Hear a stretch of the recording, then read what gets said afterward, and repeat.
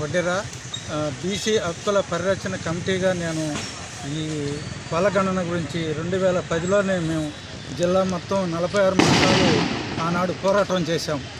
ఆనాడు కేంద్ర ప్రభుత్వం కొద్ది రోజులకి ఒప్పుకున్నది, ఇది కులగణన మేము ఖచ్చితంగా చేసి అన్ని జనాభా లెక్కలు తేలుస్తామనని. కానీ కేంద్ర ప్రభుత్వం ఈ రోజు నాటికి కూడా ఆ జనాభా లెక్కలు బయట పెట్టాల.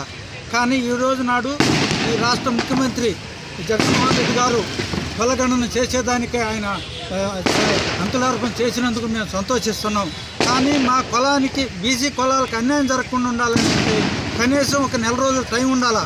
10 రోజుల్లో ఒక సమయం పెట్టి ఈ 4 రోజుల్లో విలేజ్ల్లో మా నాయకులకే, జిల్లాలో ఉండే నాయకులకే, ఈ కుల సంఘ నాయకులకే పూర్తిగా తెలియకుండా 4 రోజులు అయిపోయింది. విలేజ్ల్లో ఏమి తెలుస్తుంది?